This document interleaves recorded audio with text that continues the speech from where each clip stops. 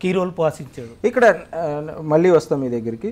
రాజునేత గారు, హర్యానాలో మీరు అనూహ్యంగా గెలవబోతున్నారు. ఎవరు ఎక్స్పెక్ట్ చేయలేదు, మీ పార్టీ వాళ్ళు కూడా నాకు తెలిసి ఇంత ఇంత అంటే మేము ఒకటి సార్ మేము ముందు నుంచి చెప్తున్నది ఏంటంటే ముచ్చటగా మూడోసారి హర్యానాలో భారతీయ జనతా పార్టీ జెండా వస్తుందన్న నమ్మకం మీకు కూడా లేదు. అధికారంలోకి వస్తామని మేము మొదటి నుంచి కూడా చెప్పుకుంటూ వచ్చాం కదా. ఇప్పుడు అవే ట్రెండ్స్, అవే ఎలక్షన్ రిజల్ట్స్ ఇప్పుడు కనబడతా ఉన్నాయి. ఇప్పుడు 46 బీజేపీ లీడింగ్ లో ఉంది, 38 కాంగ్రెస్ ఉంది, INLD 1, JP 0, అదర్స్ 5. ఇప్పుడు మీరు ఇందాక మనము చర్చ ప్రారంభమైనప్పుడు 34, 35 ఉండే బీజేపీ.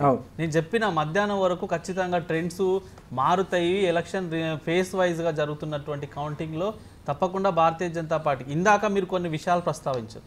హర్యానా రాష్ట్రానికి సంబంధించి భారతీయ జనతా పార్టీ మీద చాలా వ్యతిరేకత ఉంది కాబట్టి అసలు మూడోసారి అధికారంలోకి రావడం కాదు కదా, అసలు 20 స్థానాలు కూడా వస్తాయో రావా అని చెప్పేసి క్రియేట్ చేశారు. ఆ ప్రతిపక్షాలు అన్నవి ఎంతో మంది కూడా అన్నారు. అయితే మీరు అన్న దాంట్లో ఈ వినేష్ పొగాటియా విషయంలో కానీ, తర్వాత రైతులకు సంబంధించిన ఉద్యమంలో భారతీయ జనతా పార్టీ నష్టం చేసిందని కానీ, లేకపోతే జాట్లకు రిజర్వేషన్ల విషయంలో కానీ, దళితులకు రిజర్వేషన్ల విషయంలో కానీ అనేక సమస్యల చుట్టూ హర్యానాను తిప్పి ఈరోజు భారతీయ జనతా పార్టీని బదనాం చేయాలనేటువంటి కుట్ర ఈరోజు కాంగ్రెస్ పార్టీ తీసుకున్నది. అయ్యా నేను గతంలో కూడా అడిగిన మేము ఒక విషయంలో, రైతులకు మంచి చేస్తున్నటువంటి పార్టీ రోజు ఫైనల్ గా చేంజ్ అయ్యే అవకాశం కూడా ఉంది. అదే అంటున్నా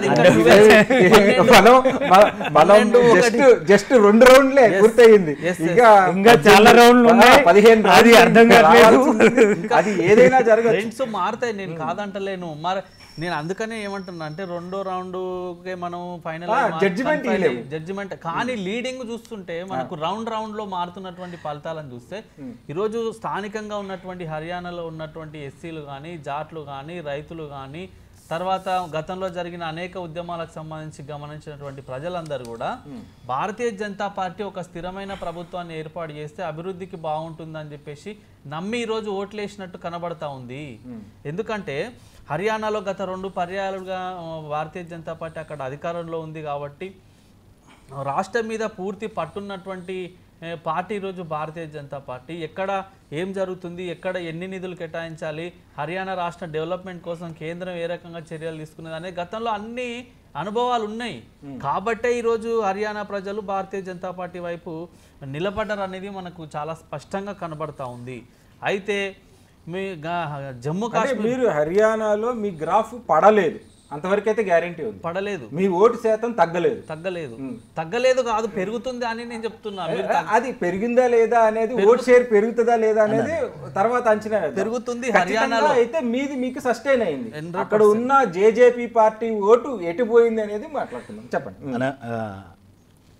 అంటే మాది పెరుగుతుంది అని చెప్పారు కదా.